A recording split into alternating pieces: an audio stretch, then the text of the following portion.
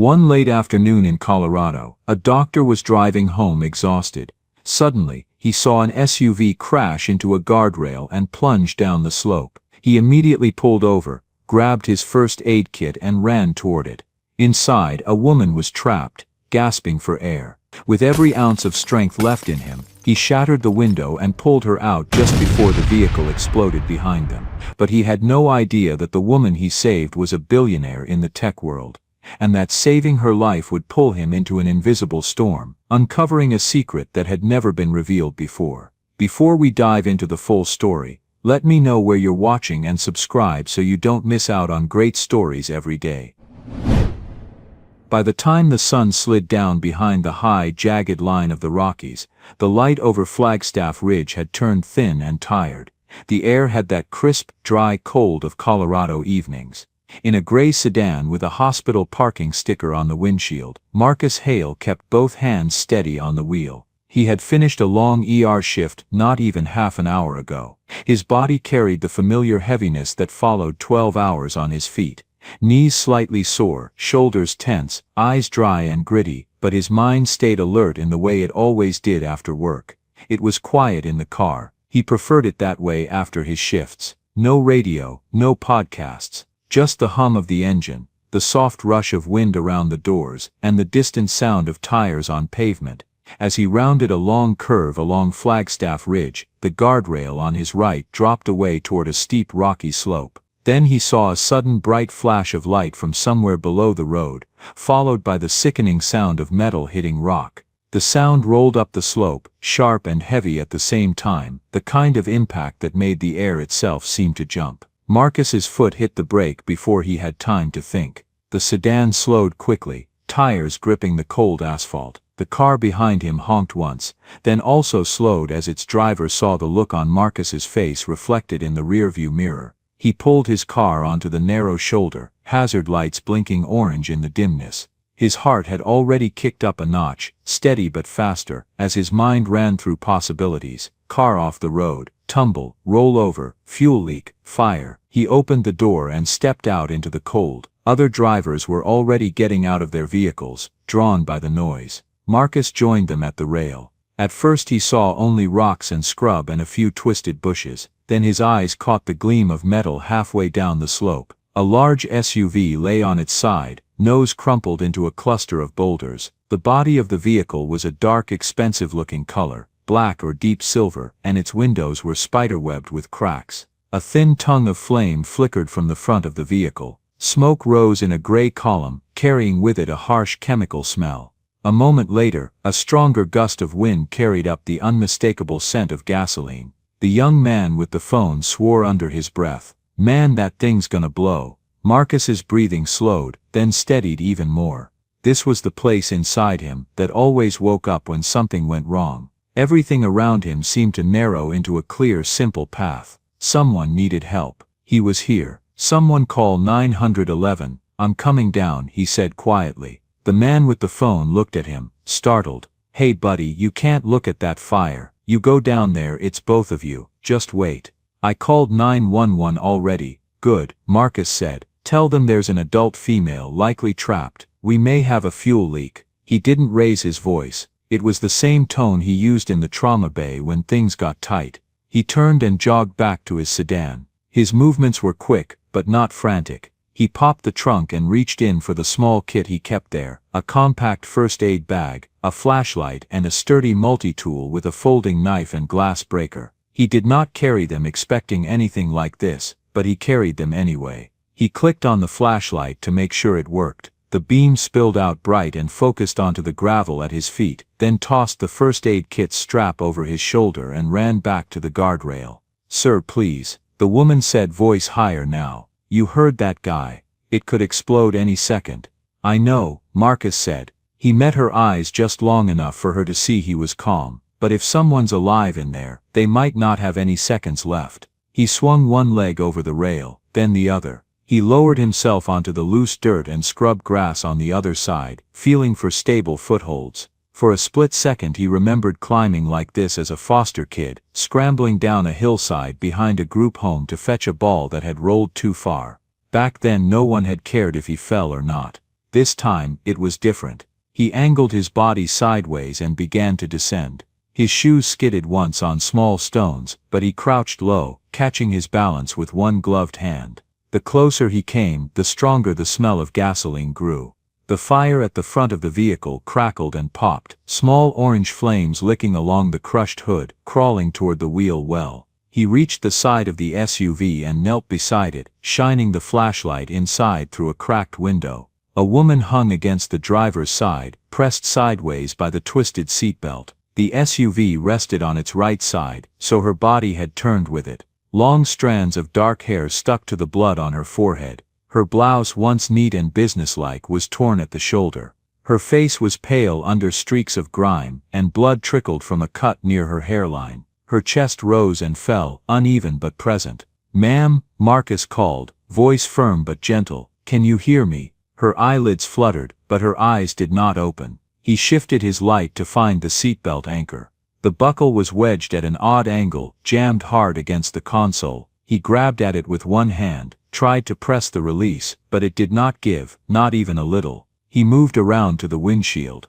It was cracked all over but stayed mostly intact, the safety glass still clinging to its own webbing. The driver's side window, however, looked more promising, a network of cracks without any obvious hole. He pulled the multi-tool from his pocket and snapped out the glass breaker tip.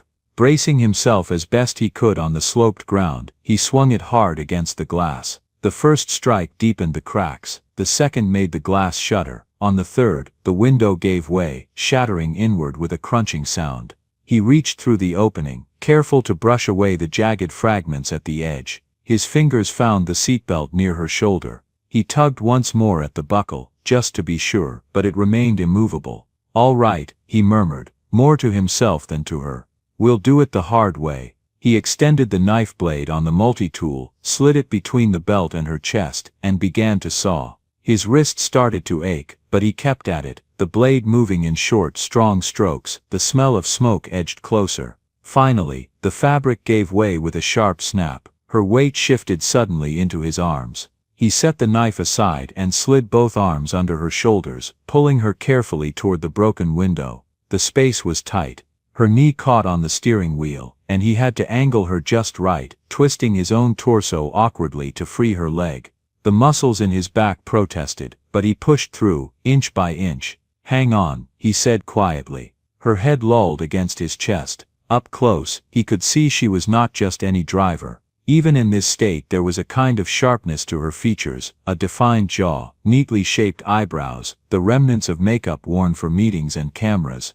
He had seen her face before, he realized, though it took a second to place it. Financial news, magazine covers, Madeline Grant, Grant Innovations, tech billionaire. It did not matter. Right now she was simply a patient. He got her fully free of the vehicle, and shifted his grip, hooking one arm under her knees and the other behind her back.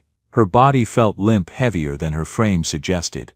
He turned away from the SUV and started to climb, his feet digging into the dirt, boots scraping against rocks. The fire behind him hissed louder, and the heat pressed against his back like a physical shove. His breath came a little harder now, white in the cold air. He had taken only a few steps when a deep, ugly rumble came from the SUV. Marcus did not stop to look. Instinct took over. He threw himself sideways, twisting his body to shield Madeline as best he could. The fuel tank went up. A blast of hot air slammed into them, carrying shards of plastic and metal. The explosion roared through the narrow valley, bouncing off the rock walls. A wave of force knocked Marcus off his feet. He hit the ground hard, his shoulder taking most of the impact, his arms still wrapped around Madeline. Small fragments rained down around them, pinging against rocks, tearing tiny gouges in the dirt. Above them at the guardrail, people screamed. Someone shouted, "Oh my God!" Another voice cried, "Call again, tell them it exploded." For a moment, all Marcus could hear was his own heartbeat pounding in his ears and the roar of the fire behind them. Then the sound faded to a lower, steadier crackle. He lifted his head. The SUV was fully engulfed now. Flames leapt high into the air, throwing off heat that he could feel even from this distance. He shifted slightly, careful not to jar her too much, and checked her breathing again. Still there, her chest rose and fell in shallow, uneven increments. A faint wheeze sounded with each breath. "All right," he said, his voice low and sure, "we're still here, that's what counts." He lay there for a moment longer, letting the dizziness pass. Then he pushed himself up to his knees and started to move again, dragging and lifting her bit by bit up the slope toward the guardrail. Above them, the flashing lights of arriving emergency vehicles painted the world in red and blue. The paramedics came down with ropes and practiced caution, their boots finding footholds where his had slipped. They took over in that calm, brisk way that told Marcus they had seen many terrible things and planned to see many more and still keep moving. "Female, mid-40s, restrained driver," Marcus reported as they secured her to the stretcher. "Rollover collision, head impact, temporary loss of consciousness, shallow respirations. Possibly internal trauma. Seatbelt was jammed. I had to cut it." "Got it," the lead paramedic said. He glanced at the burning SUV. "You pick a good time to be a hero, Doc." Marcus shook his head. "I just happened to be here." They lifted the stretcher carefully and began the slow climb back up. Marcus climbed alongside them, his legs burning by the time they reached the guardrail. People lined the edge of the road, watching wide-eyed. Some stepped back to give the paramedics room. Others stared at Marcus with a mixture of fear and admiration. Inside the ambulance, he climbed in beside the stretcher without hesitation. The doors shut behind him with a heavy thump, sealing them into a world of harsh white light and steady beeping. He slipped back into his usual role. He helped the paramedic attach monitoring leads, called out blood pressure readings, noted the sluggish reaction of pupils to light. The narrow space hummed with purposeful urgency. As the ambulance bounced along the road toward the hospital, the woman on the stretcher stirred. Her fingers flexed once, twice, then her right hand lifted, shaky and uncertain, and fumbled for something to hold on to. Marcus reached out and let her grasp his wrist. "Ma'am," he said. "You're on your way to the hospital. You're safe. Try to stay calm." Her eyelids cracked open just enough for him to see the dull sheen of pain inside them. Her gaze did not quite focus, but it turned toward his voice. Her lips moved. At first no sound came out, then on a thin scrape of air, words, "This wasn't an accident." Marcus leaned closer, his brow furrowing. "Ma'am, you've been in a crash. You need to rest." Her grip tightened as much as it could. Her voice hardly carried over the sounds of the ambulance. "Oliver," she whispered. "He wants me gone." The sentence came out in pieces, like something she had been holding on to for a long time and could only let out now. Marcus felt the words sink into him. Not as a puzzle to solve, that would come later, if at all, but as a small heavy stone of fear. He said quietly, "We'll talk when you're stronger, all right, just focus on breathing." Her hand slipped from his wrist, her eyes closed again. The monitor beside her showed a slightly steadier rhythm now, but it was still fragile. He watched her for the rest of the ride, his mind doing two things at once, tracking her vital signs and tucking away that single name. Oliver. The ER felt both familiar and different when you arrived in the back of an ambulance. Marcus stepped out with the paramedics and moved alongside the stretcher as they wheeled it in. The sliding doors opened with their usual sigh, letting them into bright lights and organized motion. Nurses and techs met them at the entrance to the trauma bay. Someone called out, 42-year-old female rollover MVC, possible head injury, altered mental status. The words bounced from one person to another, each receiving and layering on their own responsibilities. Marcus gave his report to the trauma team, focusing on times, observations, interventions. The woman's name came back to him as he spoke, Madeline Grant, and he saw the flash of recognition in a nurse's eyes. "The Madeline Grant," she murmured to another nurse. "From Grant Innovations, famous or not, treat her the same," the attending doctor snapped gently, and that was that. They worked over her with efficient hands, attaching lines, ordering scans, preparing to move her to imaging as soon as she was stable enough. For a while, Marcus stayed, answering questions, offering details about the crash site. Once the team was fully engaged, he stepped back. He washed his hands in the stainless steel sink just outside the trauma room, scrubbing away soot blood and the faint stinging residue of gasoline. As the water ran over his fingers, he stared down at the basin, watching pink-tinged droplets swirl around the drain.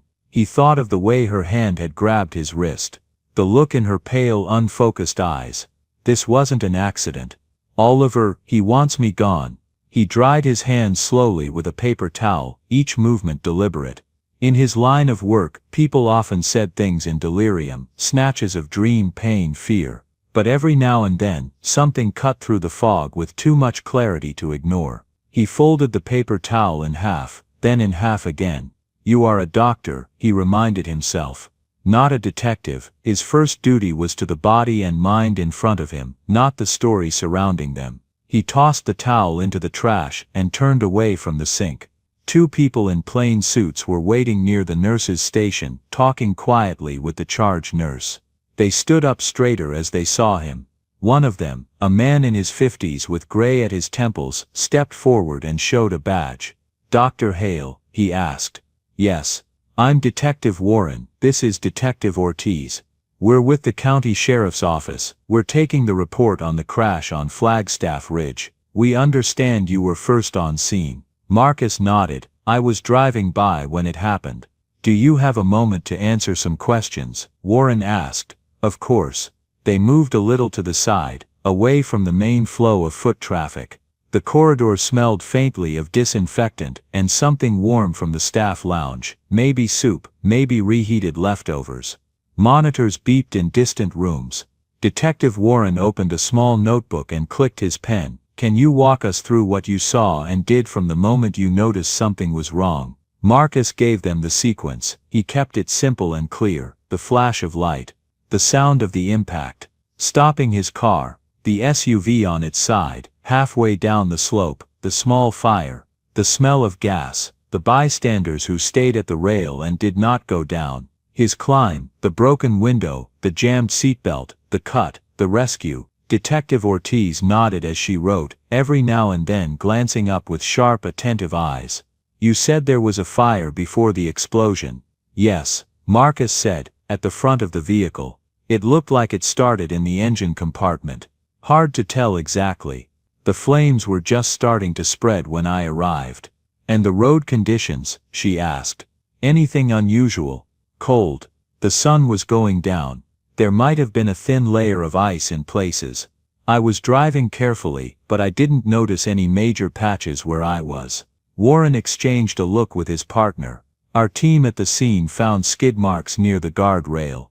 It looks like the vehicle lost traction just after a curve. There's gravel on that stretch, and with the temperature drop, there might have been a little ice. The guardrail's torn clean through.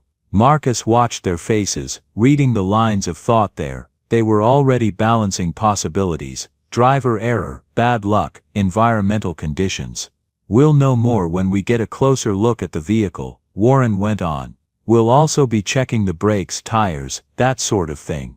Sometimes it's just physics. Sometimes it's something else. Something else, Marcus repeated quietly. He thought of the word that had floated out of Madeline's mouth like a secret too heavy to hold. Ortiz added, in our preliminary note we'll probably list loss of control on a slick surface as a likely factor. But we aren't ruling anything out yet. We've had cases where the braking system was tampered with. Those take time to sort out. Marcus hesitated. He weighed the memory of her whisper again. The fatigue, the shock, the pain.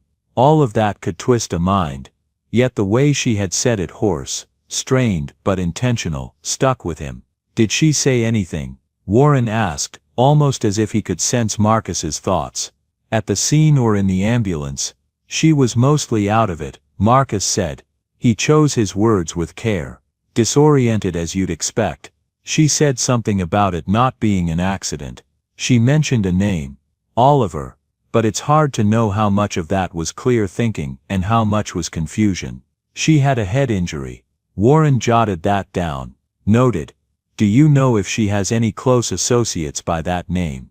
I know she runs Grant Innovations, Marcus said. I don't know anyone in her personal circle. I just recognized her from media. That's all. All right. Warren closed his notebook softly. Thank you, doctor. We'll follow up if we need anything else. And good work back there. Not everyone would have gone down that hill. Marcus gave a small nod. Someone needed help, he said simply. The detectives left, their footsteps fading down the corridor. Marcus stood there for a moment longer, looking toward the room where Madeline lay. Behind that door, monitors watched over her, and nurses checked on her, and the machines of medicine hummed and breathed. He felt a familiar tug inside, something between curiosity and concern. "This is not over," a quiet voice in him said. "This is just the beginning of something." He turned away and headed down the hall. His shift had technically ended, and he still needed to change, to go home, to eat something and maybe sleep. Life went on, even for doctors who had climbed down burning hillsides. But the name Oliver stayed with him as he walked. It sat in his mind like a bookmark, marking a page he had not yet read. While Marcus left the hospital, the night settled deeper around the building. In a private room, away from the busiest corridors, Madeline lay in a hospital bed, tucked under a thin blanket. Her head was bandaged where they had cleaned and closed the cut at her temple. A soft collar kept her neck still. Tubes and wires connected her to IV poles and monitors, their quiet beeps and drips marking the slow passage of time. Her breathing was a little clearer now. The meds had settled into her system, smoothing out the sharp edges of pain. She was not fully awake, but not fully gone, either. She floated in a gray space that felt outside of time. In that gray space, the images came back. She saw the glass doors of Grant Innovations closing behind her. The reflection had shown a woman in her early 40s, wearing a tailored coat and carrying a leather briefcase. Her expression had been tired, but controlled. The kind of face people expected from a CEO whose company's stock ticker crawled across the bottom of financial news channels. The lobby had been mostly empty. The rest of the staff had gone home hours earlier. She had stayed late for a meeting with a few board members who wanted updated projections, who wanted reassurance, who wanted to press, gently but firmly, about certain financial anomalies that had appeared in recent reports. The name Northbridge Analytics had been on the screen more than once. A contracted firm. A shell of a company, some suspected, with invoices that looked ordinary at first glance, but kept showing up under different project codes, just below the thresholds that required full board review. Most of those approvals had come through under one name, Oliver Knight, her COO and partner in the company's growth over the last decade. Oliver had been with her almost from the beginning. He had been the one in charge of operations while she focused on vision and product. She had trusted him, delegated to him, praised him. She had signed off on his recommendations more times than she could count, and together they had watched their company grow from a small startup into a giant. Lately though, there had been that soft whisper in her mind. Something is off. Leaving the building, she had checked her phone and found a voice message flagged urgent. Oliver's voice had filled her car as she pulled out of the parking garage. "Maddie, it's Oliver, we need to schedule a special meeting with the rest of the board. Very soon. There are some things we need to talk through. You're going to hear some alarming language from legal and maybe from a couple board members. I want to walk you through it privately first. Call me when you get this." His tone had been polite, but tighter than usual, less smooth. There had been a dryness in it she could not place. She had listened to it twice as she drove, the words replaying in her ears. Why a special meeting, she'd thought. Why now? Why not just bring it up today? Her hands had stayed steady on the wheel, but a knot had formed in her stomach. She'd thought about the invoices, the payments, the way Northbridge Analytics kept sliding under the radar. She had thought about shareholders, regulators, lawyers. She had thought about trust. Outside the windshield, the Flagstaff Ridge Road had stretched ahead of her, curving along the mountainside.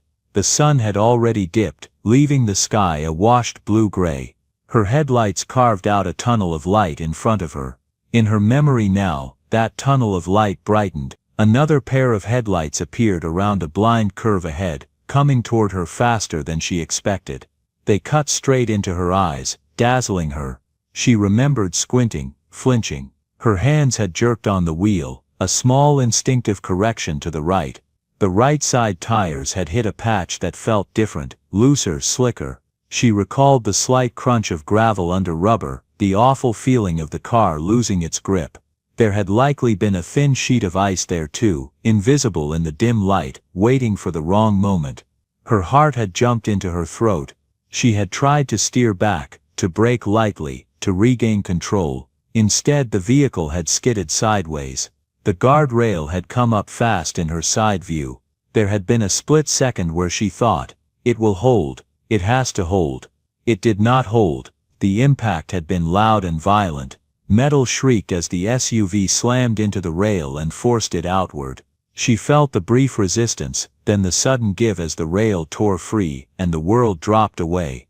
The weightless moment that followed had seemed impossibly long. The nose of the SUV had tipped down. The sky had shifted in the windshield. Her brain had realized what was happening even as her mouth opened on an unfinished cry. Then the first slam against the slope. The second. The third. The vehicle had rolled, hitting rocks, throwing her sideways, then back, then forward.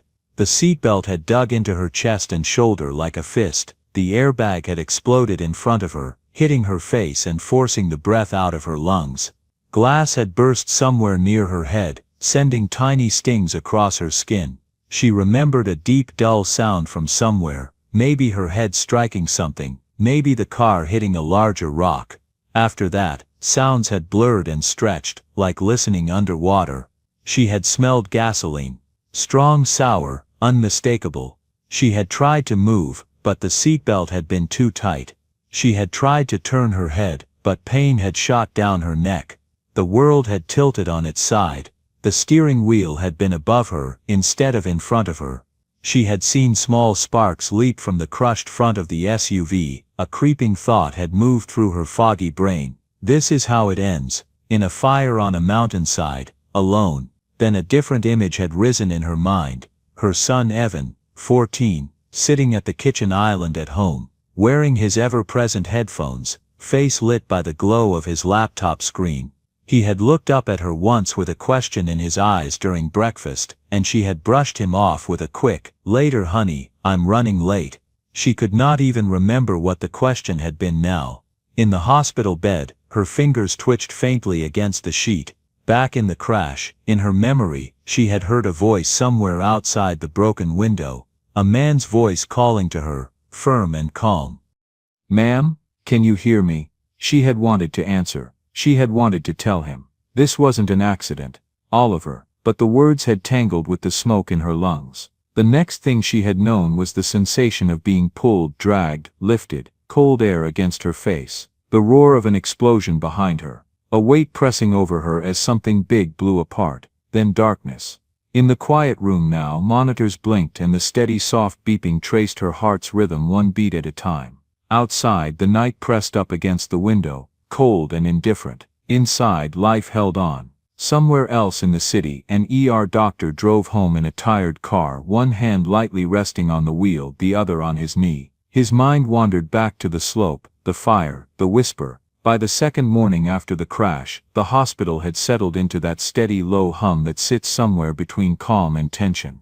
Madeline lay propped against two pillows, the bandage at her temple smaller now, the collar around her neck looser. The worst danger had passed. The doctors were pleased with her scans. There were no major internal injuries, just bruises, a concussion, and a body that had been badly shaken. That was enough for her. Her laptop sat open on the rolling tray in front of her. On the screen, a video conference window showed 3 members of the board and a company lawyer. Their faces were arranged in neat squares, each framed by a home office or a blurred background.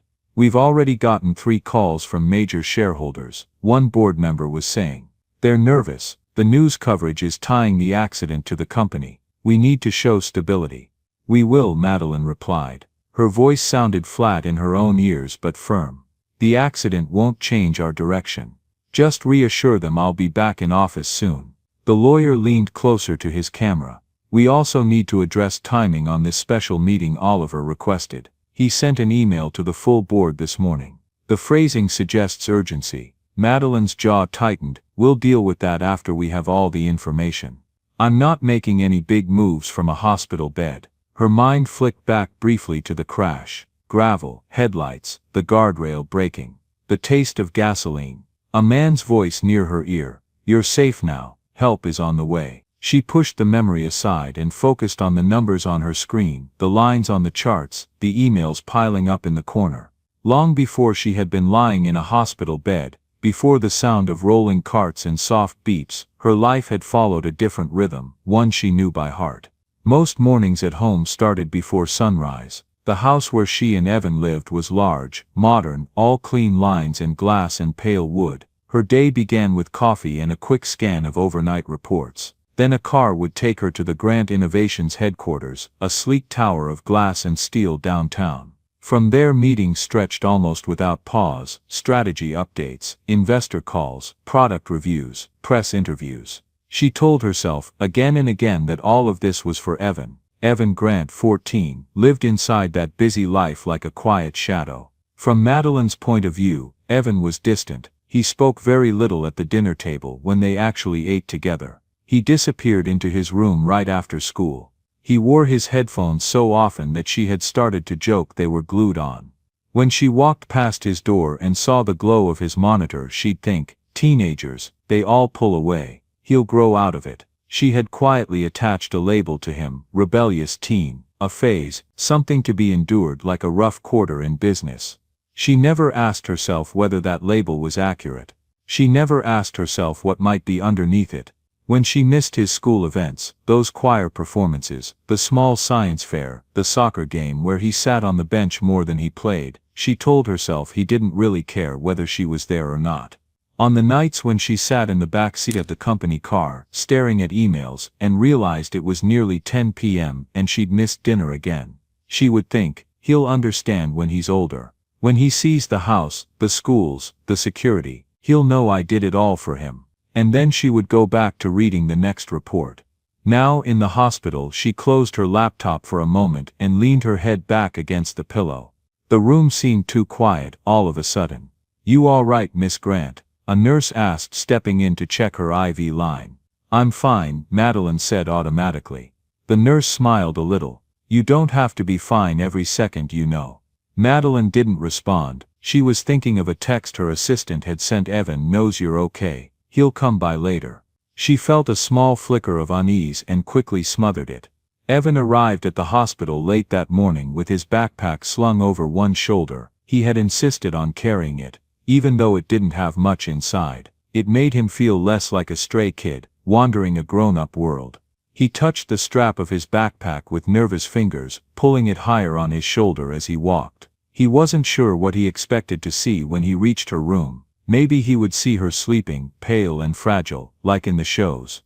Maybe she would be waiting, arms open, ready to tell him she was sorry for scaring him. He stopped at the large glass window that looked into her room. Instead, he saw her sitting up in bed with her laptop open again, the device perched on the rolling tray. A headset rested on her ears. Several small boxes filled the screen, people on a video call. Her fingers moved quickly over the keyboard between comments. "It's not just the stock," one of the small faces was saying. "We have to consider liability. The accidents involving high-profile executives can raise questions." Madeline's mouth tightened a little.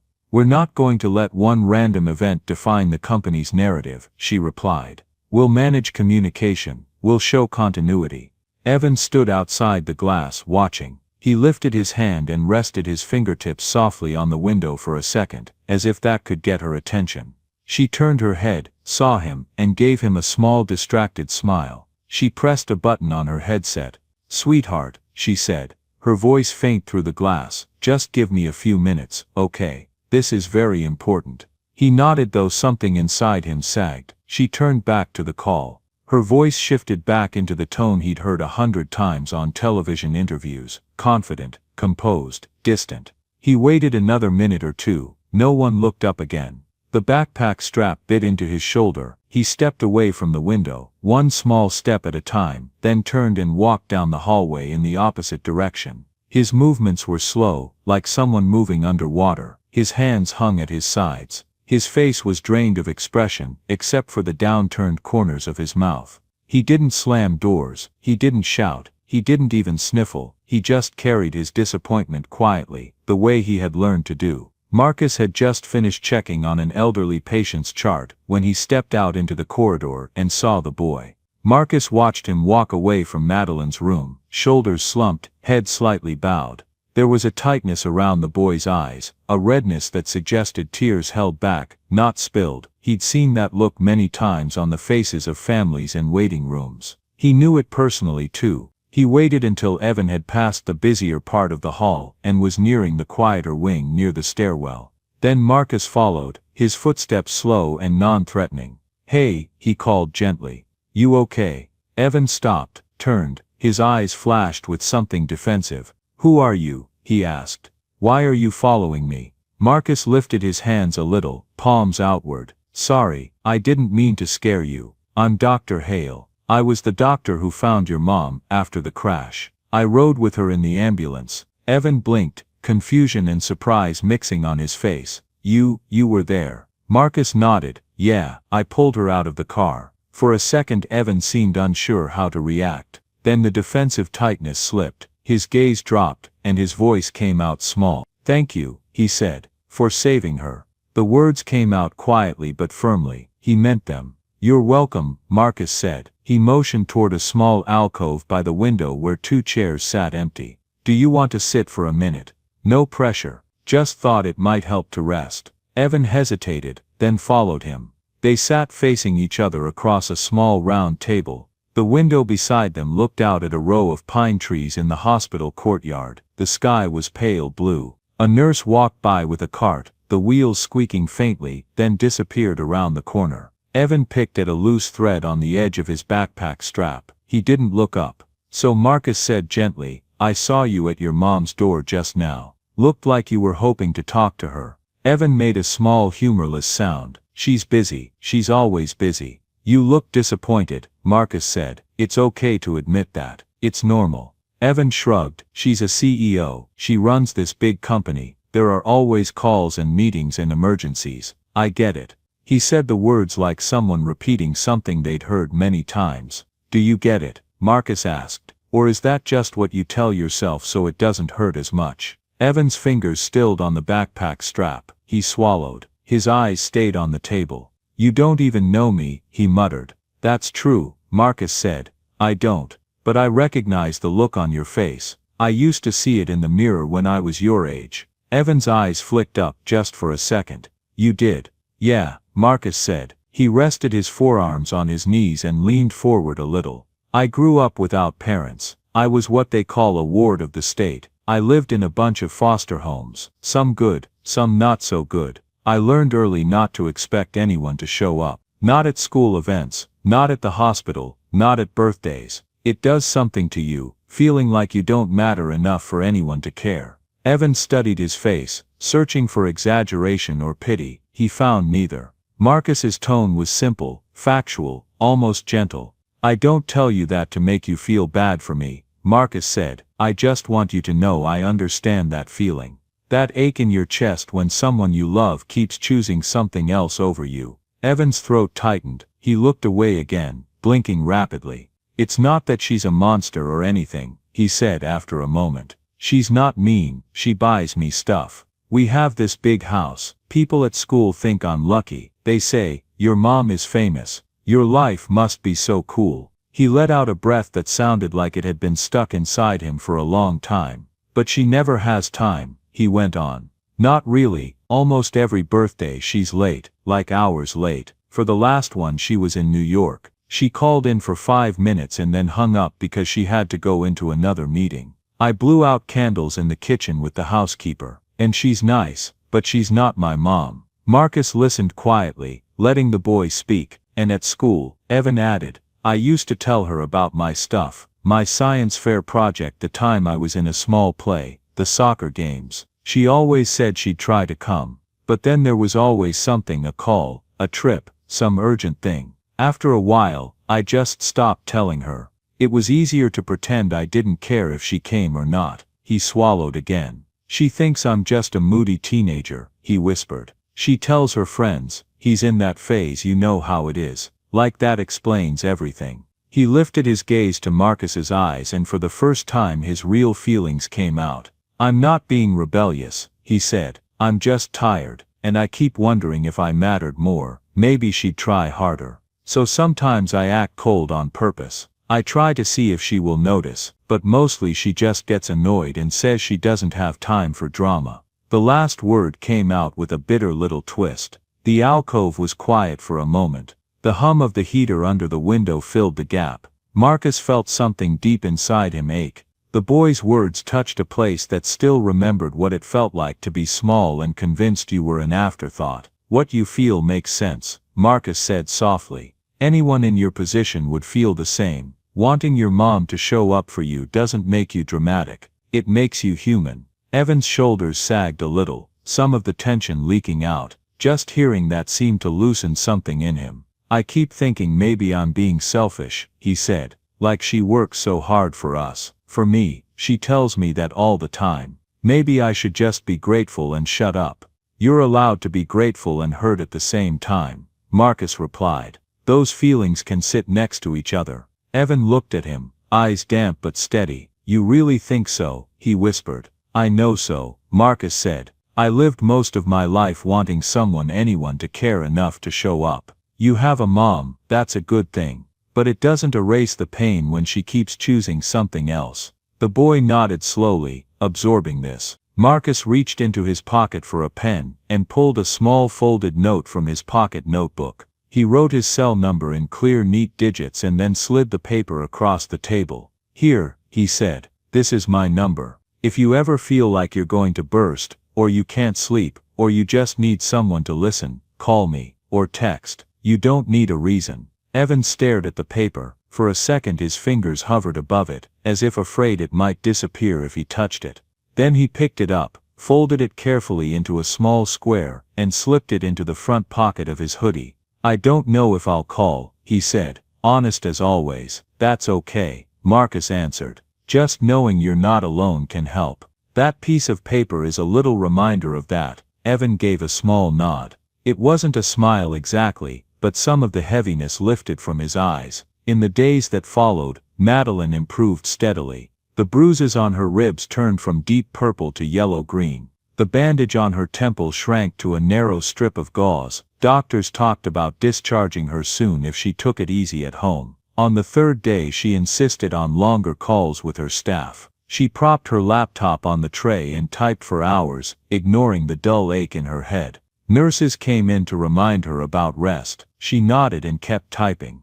The accident had shaken her, but in a strange way, it also made her grip tighter on her work. Somewhere inside her an old fear whispered, "If you lose control here, everything will fall apart." So she clung harder. During those same days, Evan drifted in and out of the hospital. Some visits he tried her door and left when he saw her busy. Other visits he just walked the halls, staring at posters on the walls without really seeing them. On one of those nights, well after visiting hours, when the house was quiet and the digital clock in his bedroom glowed 12:37 a.m., he lay in bed with his eyes wide open.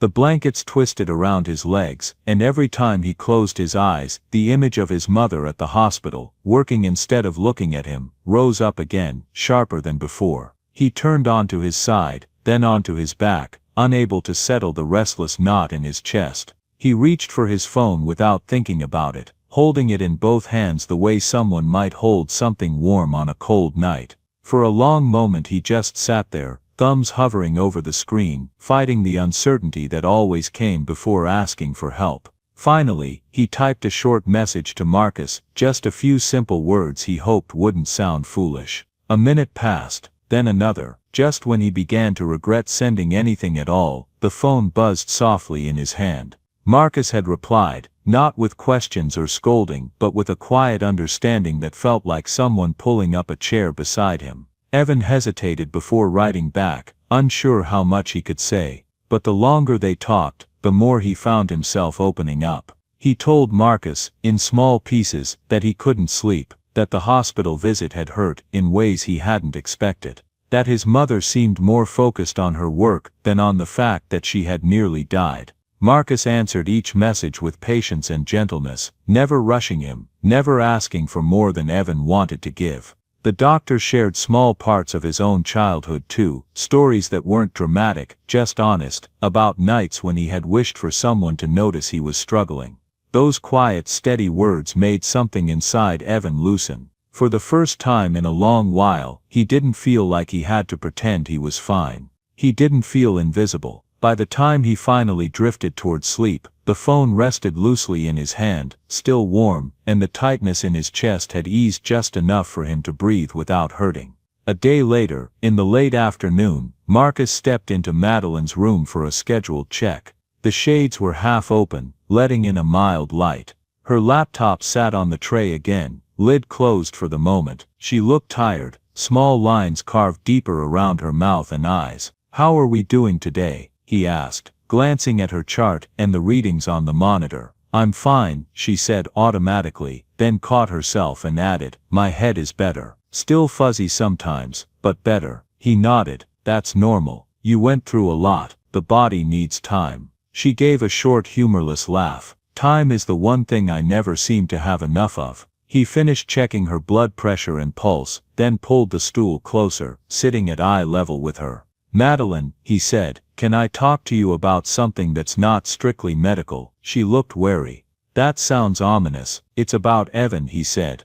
Her expression shifted instantly into the one she wore in board meetings, a mix of concern and impatience. "What about him?" "He's barely said 2 words to me since I woke up. He just lurks in the doorway or disappears." "Teenagers, right? He's in that phase." Marcus watched her carefully. "What phase do you think that is?" "Rebellion," she said. "They pull away, they get moody, they act like they don't care about anything. I've read enough to know it's normal." He folded his hands loosely. "I've talked with Evan a bit," he said quietly. "I don't think what he's feeling is rebellion. I think he's deeply hurt." She stiffened. "Hurt? Over what?" "I've given that boy everything. He has opportunities other kids would dream of." "I believe that," Marcus said, "and he knows it. He told me you work hard. He told me you provide. He's grateful for that, but he also told me about birthdays you missed, school events you couldn't make, times you said you'd try, and then didn't show up."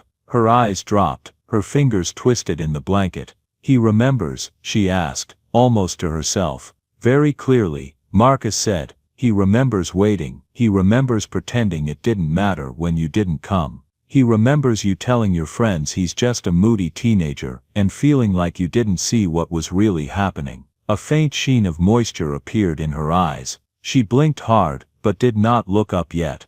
"I'm not repeating his exact words," Marcus added. "That part is his to share with you, if he chooses. But I can tell you this, he doesn't hate you. He's not trying to be difficult. He's testing. He's been acting cold to see if you notice, to see if it will make you come closer or push him away. Right now, he thinks work will always win." The room felt very still, even the monitors seemed quieter. Madeline's breathing hitched. She swallowed, her throat working. "All this time," she whispered, I thought he understood. I told him I was doing everything for him. I thought he would see that when he was older." "Maybe he will," Marcus said. "But right now, he's 14. He doesn't care about stock prices or expansion strategies. He cares about whether his mom is in the room when he blows out candles." She lifted a hand, and pressed it gently to her eyes for a moment, as if a sudden light had grown too bright. "I keep telling myself I'm a good mother because I sacrifice so much," she said softly. "I work late, I take the hard meetings, I push through. I thought that meant I was devoted, that I was putting him first in the long run." Marcus's voice stayed soft. "Maybe in your mind you were, but in his experience he often comes second, or third, or last, and kids don't live in the long run, they live in today." A tear slid from the corner of her eye. She brushed it away quickly, but another followed, then another. "This is the first time anyone has said it to me like this," she murmured. "The first time I've really looked at it." She let her hand drop and looked at Marcus, her composure cracked wide open now. "I almost died on that mountain," she said.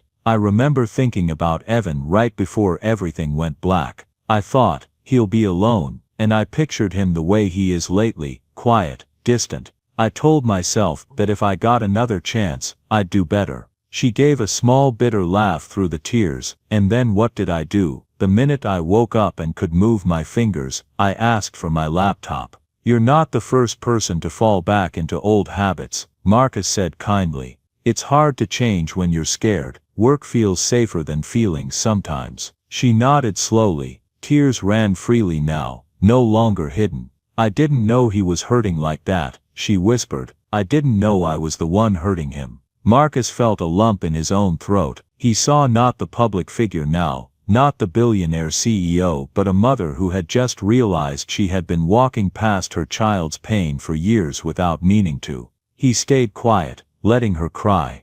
The tears were not dramatic, no sobs shook her shoulders, they were quiet, steady, like a small river finally finding a path. For the first time since the crash, she was not crying because her head throbbed or her ribs ached. She was crying because something inside her had cracked open. When she finally wiped her cheeks, her voice was hoarse but steady. "Do you think it's too late?" she asked. "No," Marcus said. "As long as you're both here, it's not too late, but it won't be fixed by buying him something or saying sorry once. It will be fixed by showing up, over and over, even when it's inconvenient." She nodded slowly, absorbing that.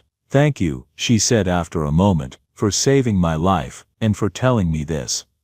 I don't think anyone else would have dared." "I'm not here to judge you," Marcus said. "I'm here because your son matters, and so do you. I've seen what happens to kids who never get a chance to heal with their parents. I'd like it to be different this time." She looked at him with eyes still wet but clearer now. "I want it to be different too," she said. He gave her a small reassuring nod, then stood to leave, giving her a chance to sit with all she had just heard. As he walked out of the room, he passed the window. In the reflection on the glass, he saw his own face layered faintly over hers, and behind that, an image of a teenage boy in a hoodie, gripping a folded piece of paper. When the door clicked shut behind Marcus, the hospital room became impossibly quiet. The kind of quiet that makes a person hear things they have spent years avoiding, thoughts, memories, the steady rush of their own guilt.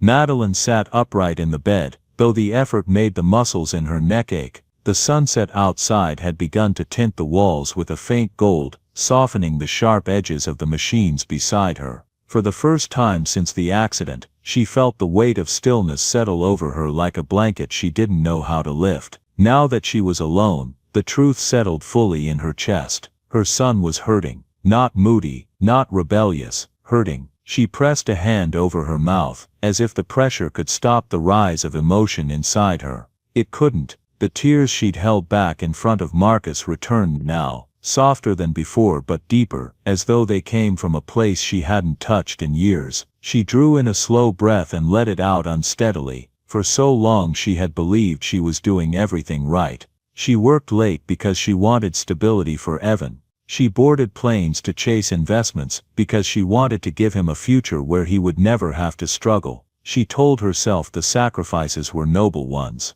necessary ones. But now she could almost hear a quieter voice whispering beneath all those justifications, "You were never home. You were never present. You were building a life he couldn't enter because you weren't in it with him." Her eyes wandered to the small personal items someone had placed by her bedside, her phone, her purse, a soft sweatshirt Evan had once bought for her at a school fundraiser, still neatly folded. She touched the fabric with trembling fingers. The boy who had given her that sweatshirt had been small then, his hair too long, his front tooth missing. She remembered the way he had run up to her at the fundraiser, holding the item with pride, saying, "I got this for you, it's soft. You like soft things." She hadn't remembered that moment in years. She had forgotten the look on his face. She had forgotten how carefully he had chosen something for her. Now remembering it, she felt something inside her twist. "Where did I go?" she whispered to the empty room. "When did I stop seeing him?"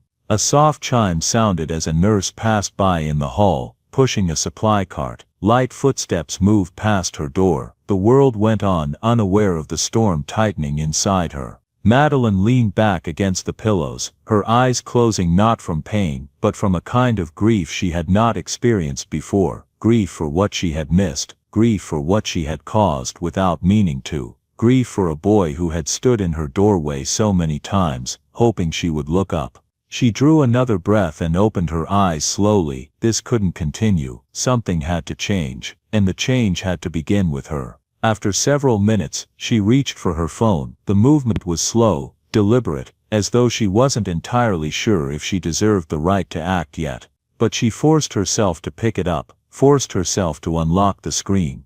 Dozens of emails waited, board updates, a message from legal, a news alert about the accident, a calendar request for a meeting she wasn't even sure she wanted anymore. Her thumb hovered over all of them, then deliberately, she pressed mute notifications. The room felt different instantly, quieter not in sound, but in spirit. She set the phone aside, letting her hand rest on her knee. The silence that followed wasn't comfortable yet, but it felt like truth. It felt like the first breath after being underwater for too long. Another memory rose, this one not as old. Evan, maybe 12, sitting at the dining table with his backpack still on his shoulders, waiting with 2 plates set out. She had been on a call in the kitchen, her laptop open beside the fruit bowl. She had motioned for him to start without her. He hesitated, then nodded and ate alone. At the time she thought nothing of it. Now she felt the memory like a stone sitting cold in her chest.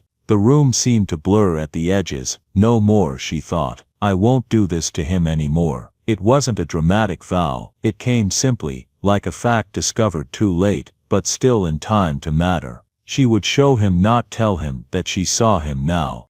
A soft knock came at the door before it eased open. A young nurse stepped inside holding a fresh cup of tea. Thought this might help you rest, the nurse said kindly. Long day, Madeline nodded. Longer than most. The nurse set the cup on the bedside table and offered a sympathetic smile. If you need anything at all, just press the call button. Madeline thanked her, and when the door closed again she looked at the cup without moving to take it. Her thoughts were in too many places at once, on Evan, on years lost, on what needed to happen next. A question rose quietly inside her. What kind of mother do I want to be tomorrow? She didn't have the full answer yet, but she knew it wasn't the one she had been. Later that night, after the hospital wing had quieted and the hallway lights dimmed, Madeline found herself unable to sleep. The monitor beside her showed steady vital signs, but her mind churned. The accident replayed in fragments, a flash of headlights, the wheels slipping, the helpless descent, but beneath those images was another scene, soft but painful. Evan standing alone outside her hospital door earlier that morning, watching her through the glass without walking in. His shoulders slightly hunched, the faint disappointment on his face,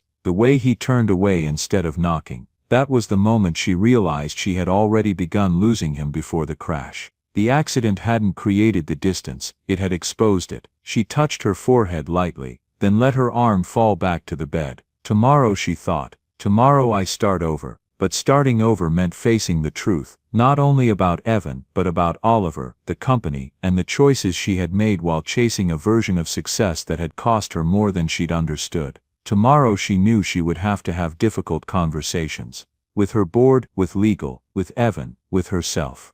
Across the city, Marcus sat at his small kitchen table, a single lamp glowing above him. He held a cup of coffee he wasn't drinking, staring at his phone. Evan hadn't texted tonight, not since the message the night before when the boy had admitted he couldn't sleep. Marcus hoped that meant Evan was resting, or at least not alone with the kind of thoughts he himself had faced as a child. He glanced toward the dark window. His reflection looked tired but steady. He had told Madeline the truth today, a truth that might change the course of her relationship with her son. It felt heavy, but right. He thought of the boy's quiet voice when they had spoken in the hallway. He thought of the way Evan had folded the paper with his number and tucked it away carefully. Marcus hoped the boy knew he meant it, that he would answer if the phone ever rang. As he sat there, the soft hum of the refrigerator, the only sound in the apartment, Marcus allowed himself one quiet thought. Maybe this time a family might heal before it was too late. And though he couldn't know it yet, tomorrow would bring the first true test of that hope. 2 days later, Madeline was discharged from the hospital. The nurse helped her into a soft gray cardigan that Evan had brought earlier that morning. She touched the sleeve for a moment, thinking of the quiet conversation she still owed her son, one she had promised herself she would not delay. She gathered her things slowly, careful of the tenderness in her ribs.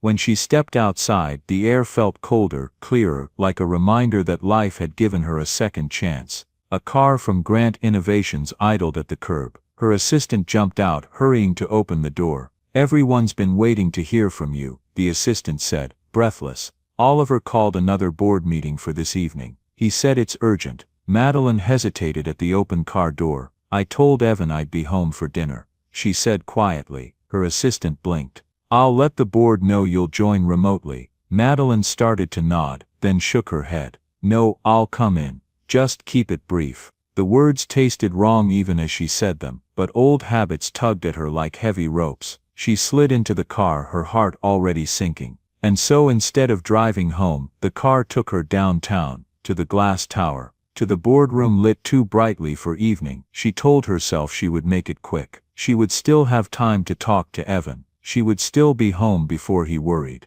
She believed it, because she needed to. The meeting did not end quickly. Every time she tried to wrap it up, someone brought a new concern, a new piece of evidence, a new fear about investor backlash.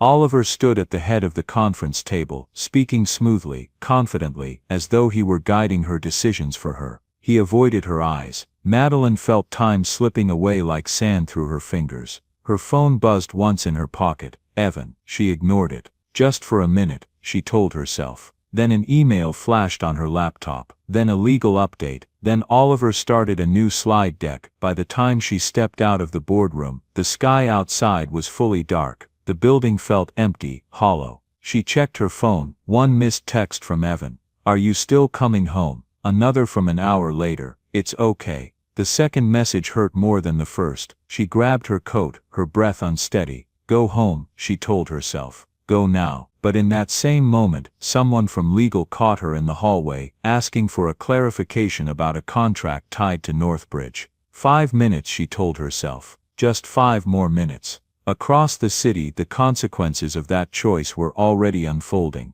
At home, Evan sat alone at the kitchen table. The house was too quiet, the kind of quiet that made the shadows feel heavy. He had set out 2 plates earlier, the way he always did when his mother said she would be home for dinner. He had put pizza in the oven because he remembered she used to like it when he was younger. Now the pizza was cold. He checked the time on the microwave. 8:07 p.m. His chest tightened, not with anger, with the hollow ache of being forgotten again. He took out his phone. He didn't want to bother Marcus. He knew Marcus was an adult with his own life, his own work, but the house felt too big, too empty, too quiet. He typed a simple message. I think she forgot. It didn't take long for the phone to buzz. Marcus didn't respond with questions or disappointment. He responded with warmth. Do you want to talk for a minute? I'm driving home. I can pull over. Evan hesitated, then pressed call instead. When Marcus answered, his voice was steady, gentle. Hey kiddo, long day. Evan swallowed hard. She said she'd be home. She promised. She should have kept that promise. Marcus said, not blaming her but not excusing her either. Evan's voice trembled. I think it's my fault. I think she works so much because I'm not. Stop, Marcus said softly but firmly. None of this is your fault. Evan wiped his face with the sleeve of his hoodie. I just want her to come home. Marcus exhaled into the receiver. I know, I'm on my way. I'll swing by, okay, just to check in. You don't have to. I want to. The knot in Evan's chest loosened a little. Marcus's kindness always did that. And then a sound broke through the quiet of the house. A soft click, the back door latch. Evan's breath caught. Marcus, he whispered. I heard something. What kind of something? Marcus asked, voice instantly alert. Like someone just came inside. Marcus's tone tightened but stayed calm. Evan, listen carefully. Go somewhere safe. Right now. Can you get upstairs? I think so. I will call the police and I will be there soon. Evan stood, heart pounding so loudly he could hear it in his ears. He moved quietly through the shadowed living room, past the sofa toward the staircase. Behind him, another sound, the distinct shuffle of shoes on tile, slow, searching. He climbed the stairs quickly, trying not to gasp for air, and ducked into the hallway closet upstairs, pulling the door closed softly behind him. Downstairs, the intruder moved with deliberate steps, not rushed, not clumsy, searching. The beam of a small flashlight flickered across the kitchen floor, then the dining table, then toward Madeline's home office, the files. The documents she brought home after the board meeting, the ones tied to Oliver. Evan heard drawers open, papers rustle, his breath hitched. He called Marcus back. Marcus, he's going through Mom's desk. Okay, Marcus said, voice steady as steel. Police are on the way. I'm almost there. You're doing great. Just stay put. The intruder closed a drawer. Footsteps angled toward the stairs. Evan pressed a hand over his mouth to stop a sob. Marcus's car turned onto the street just as the intruder reached the landing of the staircase. The house looked wrong. Too dark, too still, the back gate slightly open. His stomach dropped. He didn't wait for permission or protocol. He jumped out of the car, sprinted across the lawn and shoved open the front door. "Police are on their way," he shouted into the house. His voice echoed through the hallway. The intruder froze at the top of the stairs, the flashlight beam jerking slightly. Evan heard Marcus's voice from the closet and felt his entire body sag with relief. The intruder spun toward the stairs, trying to flee down the hallway, but in that same instant, red and blue lights flashed outside. Sirens, doors slamming, voices shouting. The intruder turned back, trapped. Two officers stormed through the rear door, weapons drawn, hands where we can see them. The man bolted toward the bedroom corridor, but Marcus moved up the stairs quickly, positioning himself halfway up, not blocking the intruder's escape entirely, just slowing him down, forcing him toward the waiting officers. The intruder collided with one officer at the top landing, was wrestled to the ground, and handcuffed in seconds. Evan flung the closet door open and practically fell into Marcus's arms. "I'm right here," Marcus murmured, holding the trembling boy. "You're safe now. You did everything right." Evan's tears soaked the front of Marcus's jacket. 7 minutes later, Madeline's car screeched into the driveway so hard she nearly forgot to put it in park. She ran toward the flashing lights, her coat half unbuttoned, her hospital ID bracelet still on her wrist. "Evan," she shouted, breath-breaking. Her son appeared in the doorway beside Marcus, wrapped in a police blanket. When he saw her, his face crumpled, and he ran to her. Madeline dropped to her knees on the walkway, pulling him into her arms so tightly she felt his heartbeat against hers. "I'm here," she whispered over and over, rocking him gently. "I'm here. I'm so sorry. I'm here." She didn't care that her ribs hurt. She didn't care that strangers were watching. She didn't care that she was crying so hard she could barely breathe. Her son clung to her, shaking, and for the first time in years she didn't let go first. Behind them Marcus stood quietly on the porch, watching mother and son reunite, relieved, exhausted, and silently grateful he had arrived in time. The night felt colder than before, but between the three of them, something warm had begun to take root. The morning after the break-in arrived with soft muted light. It filtered through the curtains in quiet stripes, settling over the living room where Evan had fallen asleep curled against his mother's side. Madeline had held him on the sofa long after the police left, unwilling to let go, even for a moment. Now the house was silent, except for the slow rise and fall of Evan's breathing. Madeline didn't sleep. She watched her son instead. The gentle slope of his cheek, the faint tremble still lingering from the night before, the way his hand occasionally twitched, as if reacting to a memory. Her heart ached at the sight. How many years had she missed holding him like this? How many nights had he gone to bed without feeling she was in the house at all? The lamp near the sofa hummed softly in the quiet room. She tucked the blanket closer around him. When he stirred and leaned more heavily against her, something inside her cracked open again. But this time it wasn't grief. It was a kind of fierce love she hadn't allowed herself to feel in far too long. She whispered into his hair, though he was half asleep, "I'm here. I'm not going anywhere." Later that morning, sunlight spilled across the kitchen as officers returned to gather final statements. Marcus sat at the dining table, answering a few remaining questions about the intruder's behavior and how he had found the house open. Evan hovered nearby, staying close, as if afraid someone might take Marcus away too soon. When the officers left, Marcus stood and gave the boy a small reassuring smile. "You did everything right last night," he said. "You stayed calm. You hid. You kept the phone with you. You were brave." Evan shrugged quietly, but his cheeks warmed. "I wasn't brave. I was scared the whole time." "Bravery isn't the absence of fear," Marcus told him. "It's doing the hard thing while you're scared." The words landed deeper than Evan expected. He nodded, his throat tightening a little. Madeline approached them, still pale but steadier than the night before. Her eyes shone with gratitude. "Thank you," she said to Marcus, "for everything. I can't imagine what would have happened if you hadn't come." Marcus shook his head. "I'm just glad I got here when I did. But Madeline wasn't finished. She stepped closer, lowering her voice so only he could hear. "I want to do better," she said. "For him. For us. Yesterday showed me how close I came to losing everything that actually matters." Marcus studied her face for a moment, seeing the earnestness there. This wasn't a moment of panic speaking. It was a promise forming, a quiet, disciplined one. "You can do better," he said, "and he's ready for you to try." Madeline swallowed. "I hope so." "You don't have to hope," Marcus replied softly. "Just show up." She nodded, and this time she meant it. Over the next week, change came not with fireworks or grand speeches, but in small, steady ways.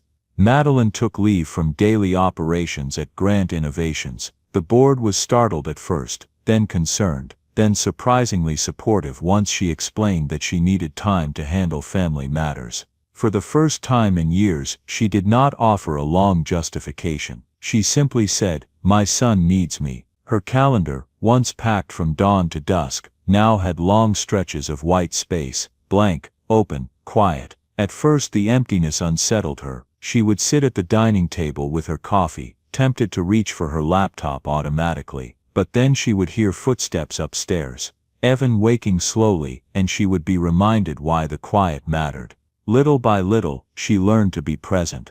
One afternoon, Madeline and Evan walked into a family therapist's office together. The room smelled faintly of cinnamon tea. Soft chairs lined the walls. A bookshelf sat in the corner, full of picture books and journals and small toys meant for little hands. Madeline felt strange sitting there, exposed in a way boardrooms never made her feel. Evan sat beside her, hunched slightly, not sure what to expect. When the therapist finally spoke, she asked simple questions. "What hurts? What do you wish the other understood? What can each of you do now, not to erase the past, but to build the future you want?" At first the answers came slowly. Evan hesitated. Madeline stumbled, but over a few sessions, the words grew easier. Not perfect, not polished, but real. There were tears sometimes. Evan's first, then Madeline's. There were long pauses, there were small breakthroughs. One day, after Evan admitted quietly, "I just wanted you to see me," Madeline wiped her eyes and said softly, "I do now, and I won't look away again." The therapist nodded gently. "That's a beginning."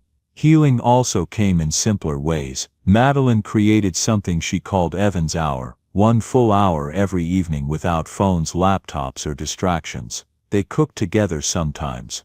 Other nights they watched old movies or played card games. Once Evan taught her how to play a video game. She lost terribly. He laughed, a real laugh, warm and unguarded, and the sound filled the living room like sunlight. And Madeline laughed too, though hers cracked a little in the middle. Each night ended the same way, with a feeling Evan hadn't felt in years. His mother was home, not just in the same house, but with him. During these days, Marcus remained a steady presence in their orbit, not overwhelming, not intrusive, just there when needed. Madeline invited him to join Grant Innovations in a new role, a family wellness advisor, not as a corporate puppet, but to help the company's culture change from the inside. He spoke in small workshops, telling employees about burnout, balance, and the quiet cost of emotional neglect. He used parts of his own childhood not to evoke pity, but to remind people that every child needs someone to show up. His words reached more hearts than he expected. Evan saw Marcus at the office a few times, and each time he grinned, relieved to know the man who had saved him was still close. To Evan, Marcus was no longer the stranger who had climbed down a ravine in the dark to rescue a stranger. He was someone steady, someone trustworthy, something like the uncle he had never had. Meanwhile, the investigation into Oliver and Northbridge came to a necessary close. The auditors found enough irregularities to conclude he had been quietly siphoning company funds through a shell vendor. When confronted with the evidence, Oliver resigned suddenly, avoiding the public fallout, but unable to escape legal consequences. It was a clean ending for a messy situation, handled quickly, quietly, decisively. Madeline did not celebrate. She simply closed the chapter with a calm, sober breath. Her energy was focused elsewhere now, on her son, on what mattered. A few weeks later, when winter began loosening its grip on the foothills, Madeline asked Evan if he wanted to take a walk at Flagstaff Ridge. He hesitated at first, the place where everything had begun, the crash, the smoke, the fear. But then he nodded, so they drove there together on a sunny afternoon. Marcus following behind in his own car. The wind was crisp but gentle, and the snow that clung to the edges of the rocks had begun to melt into thin, sparkling streams. They walked to the overlook where the guardrail had been replaced. A small plaque marked the spot, noting repairs after an accident. Nothing more. Madeline stood with her hands resting lightly on the new rail, looking down at the rugged slope below. "This is where Dr. Hale saved my life," she said softly. Evan looked at Marcus, who smiled faintly and shrugged. "Right place, right time," he said. "No," Madeline said, turning to him. "The right person." Marcus looked down, touched but modest. The three of them stood quietly for a while, letting the wind speak through the pines. A bird circled above, its wings casting a slow-moving shadow across the rocks. Finally Madeline exhaled and said, almost to herself, that night felt like the end of everything, but it was the beginning of something better. She looked at Evan with a gentle smile, her eyes warm. "A beginning for us," she added. Evan stepped closer, slipping his hand into hers. She squeezed back, her thumb brushing over his knuckles. Marcus watched them, a quiet warmth in his chest, not envy, not longing, just a deep sense of privilege that he had been there at the moment their lives began to turn. For a man who had grown up without family, witnessing this healing felt like its own kind of gift. The sun hung low over the ridge, soft golden light, touching their shoulders.